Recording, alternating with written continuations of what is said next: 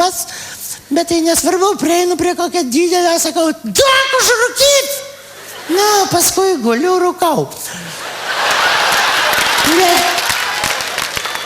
Na, jūs nesijuokit, žinokit, aš turiu juodą diržą.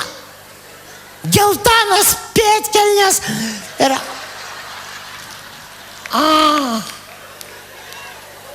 Kažką ne tą pasakiau.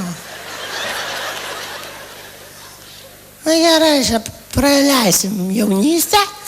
Mano šeimyninė padėtis. Visada iš viršaus. Visada. Nėra čia ko mums dėdami labai žiūrėti. Nėra čia ko. Na, vedęs buvau 2 kartus, abu kart nelabai sėkmingai. Nes pirmoji žmona mane paliko, antroji niekaip gyvatė nepalieka niekaip. Bet čia nieko, ateis ruduo, prasidės grybų sezonas ir aš žinosiu kaip su ją. Čia nesvarbu, tegul būna taip mano asmeninė laimė.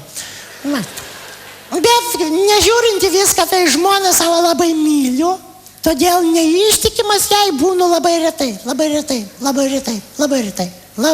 praktiškai labai retai.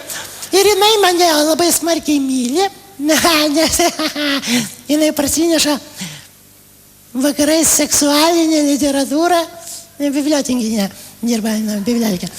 Ir man skaito lovoj, kol aš neužmiegu.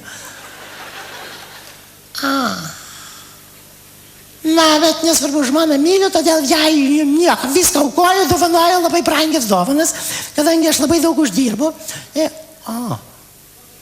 Išsidaviau.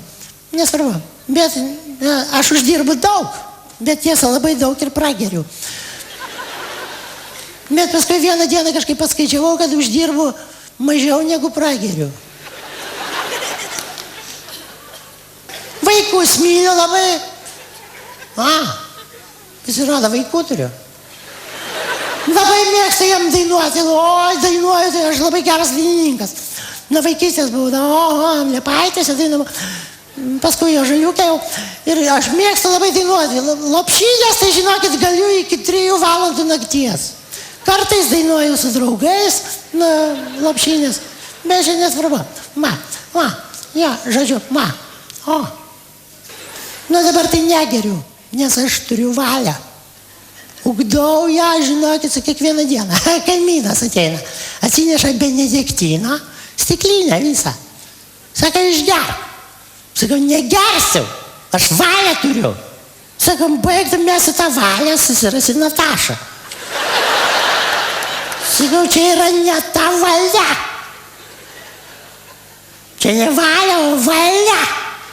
Valia, kas yra valia? Sakau, valia yra kūno, proto ir judesių darna. Sakau, koks skirtumas, ta durna, a kita durna.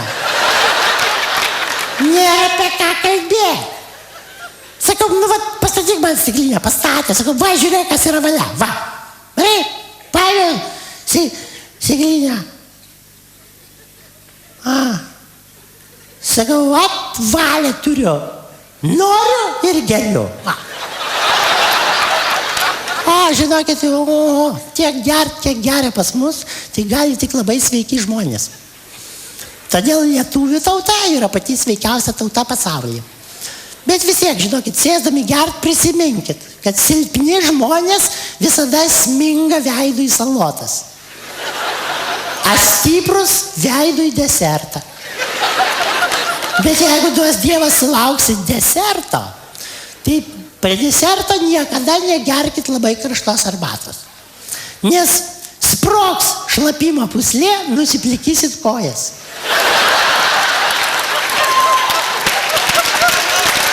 Čia dar ne viskas, aš dar nepaigiau, manęs neišvarysit, aš seniai nebuvęs scenai. Dabar žiūrėkit, yra Palmyros horoskopas, ne? Šūdas!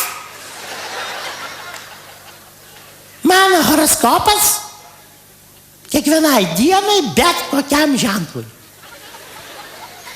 Iš pat ryto, nesvarbu, ar tu ten mergelė, ar tu ožys. Pat rytą ant tuščio skrandžio suvalgykit gyvą rūpužę. Ir jau tą dieną jums nieko blogesnio nebeatsitiks. Šiaip tai žinokit, mane gali dabar suprasti tik tai vedę vyrai. Pabaigsiu keletą filosofiškų apmąstymų. Kaip sakė rytų filosofas Markas Tvenas, vedybos ir mirtis yra du labai geri dalykai.